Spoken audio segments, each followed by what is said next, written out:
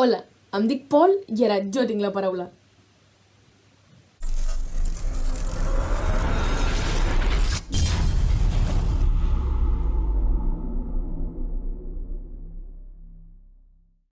Avui parlarem sobre el llenguatge no verbal.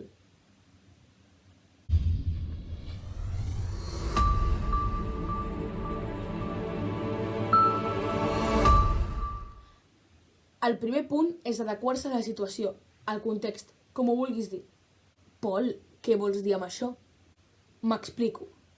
El que em refereixo és que no pots estar a qualsevol lloc de qualsevol manera per depèn de quin tipus de coses. Per exemple, no saps lo malament que em trobo. Em fa un mal al cap? Clar, i és normal. Ho dic per la quantitat de llums que tens. És que sembla que estiguis a la fira del poble. Segon punt, l'expressió de les mans. Com explicar-ho? Ni ha de semblar que intentis matar un mosquit, ni que semblis un cantant d'una coral. Ha de ser un interval entre aquests dos exemples. I si no et funciona, sempre queda l'opció o d'encadenar-te. Ajuda! Ajuda! O directament arrencar-te-les.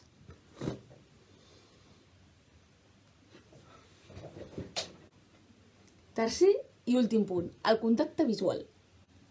És tan senzill entendre el que és? Simplement és observar la persona que parla. Doncs sí, tinc ganes d'anar demà a un restaurant. Diu la meva mare que vam anar de petits. Jo no m'ho crec, la veritat, però no sé.